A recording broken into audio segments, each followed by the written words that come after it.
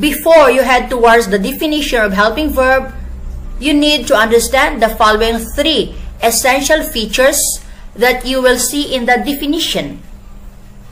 Number 1, mood in grammar. Mood in grammar tells us about the intention of a writer or speaker. Some types of mood in grammar are indicative mood, imperative mood, optative mood, subjunctive mood, and others. This type of mood in grammar is expressed with the help of a helping verb.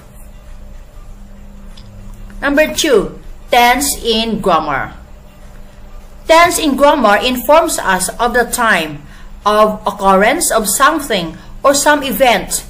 It tells us about when an action takes place, took place, or will take place. The 3 types of tense in English include present, past, and future. Number 3, voice in grammar. Voice in grammar shows whether the grammatical subject performs the action or receives it.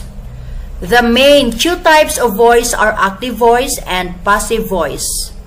The active voice is the one which shows that the grammatical subject performs the action, as in, John eats a mango.